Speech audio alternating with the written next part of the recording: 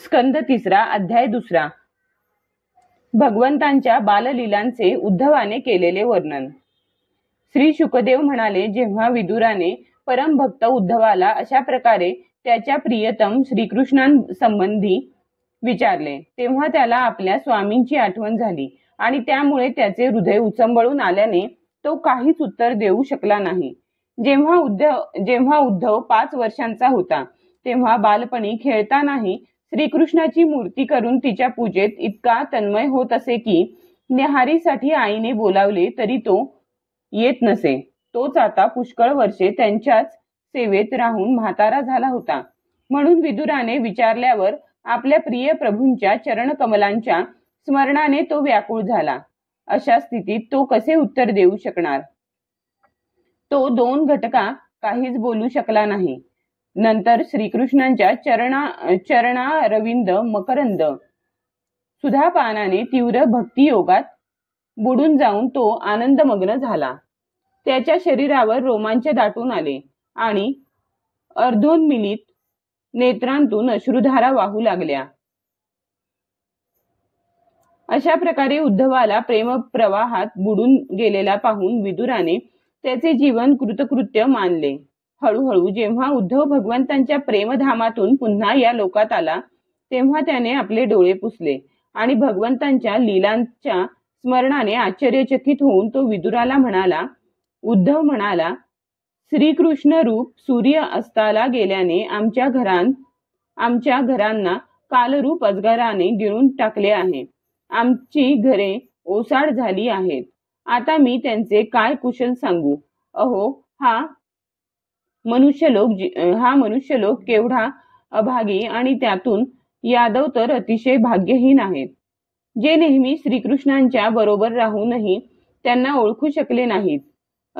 जसे अमृतमय चंद्राला समुद्रात राहत असतानाही मासे ओळखू शकले नाहीत, यादव लोक तर मनातील भाव ओळखणारे मोठे समजूतदार आणि भगवंतांच्या बरोबर एकच ठिकाणी राहून त्यांच्या बरोबर व्यवहार करणारे होते। तरी सुद्धा ते सर्वजण समस्त विश्वाचे आश्रय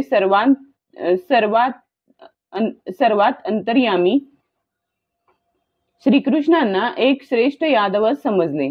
परंतु भगवंतांच्या मायेने मोहित झालेले हे यादव आणि भगवंतांशी विनाकारण वैर करणारे शिशुपाल इत्यादी यांच्या अवहेलना आणि निंदायुक्त भाषणाने भगवंत हेच ज्यांचे प्राण आहेत त्या महात्म्यांची बुद्धी कधी विचलित होत नाही। ज्यांनी कधी तप केले नाही त्या लोकांना सुद्धा इतके दिवस दर्शन देऊन आता त्यांची दर्शन इच्छा तृप्त न करताच ते भगवान श्रीकृष्ण आपल्या श्री विग्रहाला लपवून अंतर्धान पावले आणि अशा प्रकारे भगवंतांनी त्यांचे डोळेच जणू काढून घेतले आहेत। भगवंतांनी आपल्या योगमायेचा प्रभाव दाखविण्यासाठी मानवी लीलांसाठी योग्य असे जे दिव्य रूप घेतले होते ते इतके सुंदर होते की ते पाहून संपूर्ण जग तर मोहित झालेच होते, परंतु ते स्वतः आश्चर्यचकित होत होते।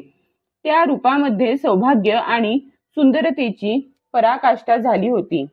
त्यांच्या अंगावरील आभूषणे त्यांच्या सौंदर्यामुळे विभूषित झाली होती।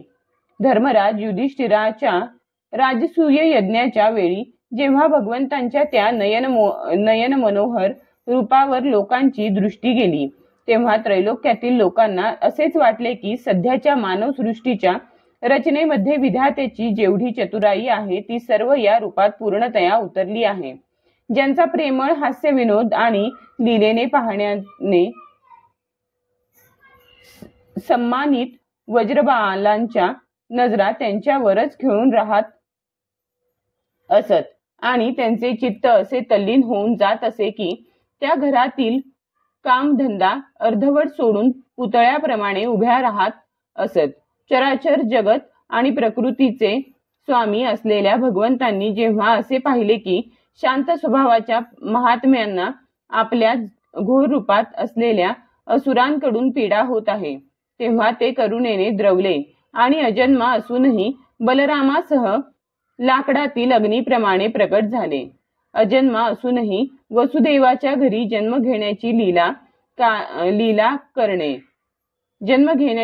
करणे, सर्वांना अभय देणारे असूनही जणू काही कंसाच्या भीतीने वज्रवनात जाऊन लपून राहणे आणि अतुल पराक्रमी असूनही कालायवनाच्या समोरून मथुरा नगरी सोडून पळून जाणे, या भगवंतांच्या लीला आठवून मला काही सुचेनासे होत आहे.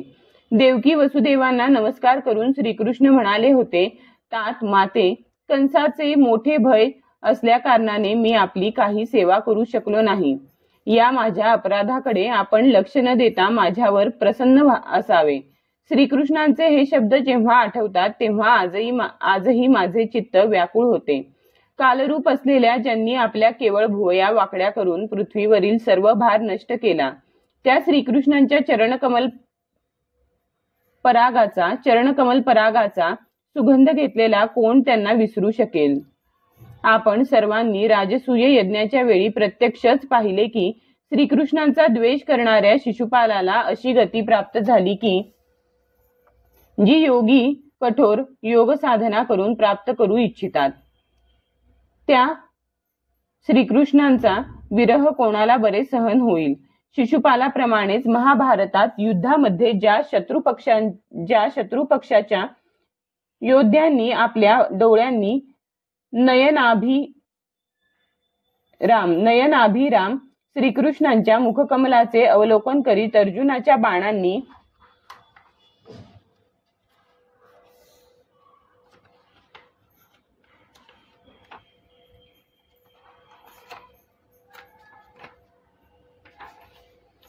घायाळ होऊन प्राणत्याग केला, ते सर्वजण पवित्र होऊन पर्वतांच्या परमधामाला प्राप्त झाले.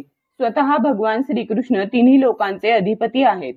त्यांच्या बरोबरीचा सुद्धा कोणी नाही, तर त्यांच्यापेक्षा मोठा कोण असू शकेल. ते आपल्या स्वतः सिद्ध ऐश्वर्याने नेहमीच पूर्ण काम आहेत.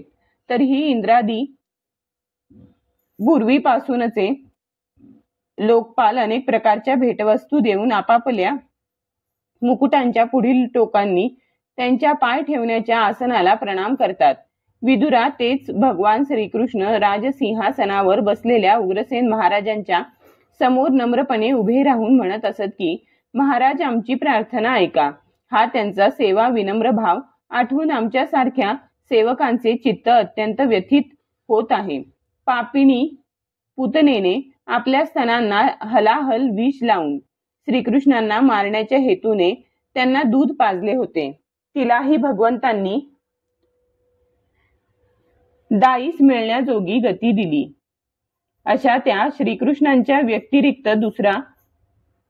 व्यतिरिक्त दुसरा कोण दयाळू आहे, ज्याला आम्ही शरण जावे. मी असुरांना सुद्धा भगवंतांचे भक्त समजतो, कारण वैरभाव मनात असल्याने क्रोधामुळे त्यांचे चित्त नेहमी श्रीकृष्णांकडे लागलेले असे.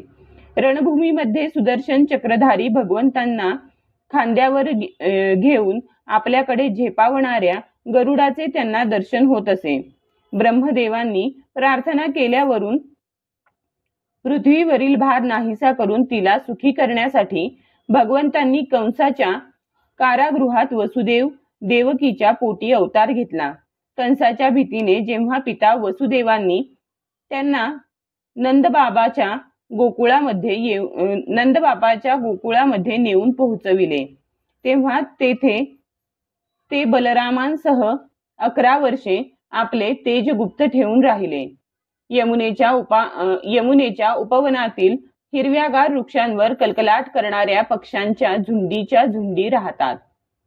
तेथे श्रीकृष्णांनी वासरांना चारून गोपबालांच्या समवेत विहार केला होता.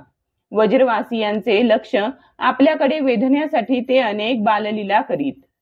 कधी रडवेले होत, कधी हसत, तर कधी सिंहाच्या छाव्याप्रमाणे मंत्रमुग्ध दृष्टीने पाहत असत.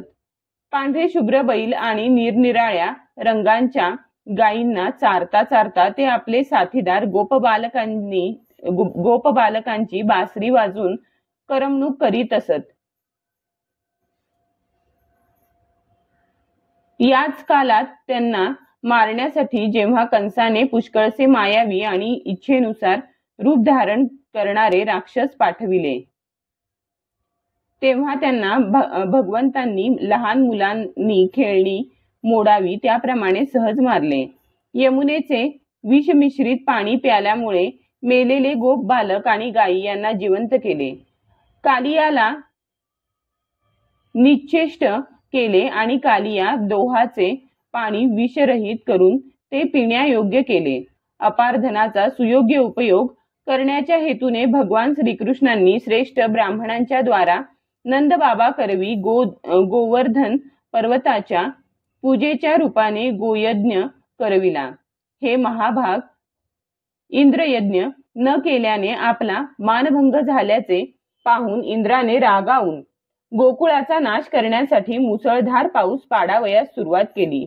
तेव्हा भगवंतांना करुणा येऊन त्यांनी लीलेचे छत्रीप्रमाणे गोवर्धन पर्वत उचलला.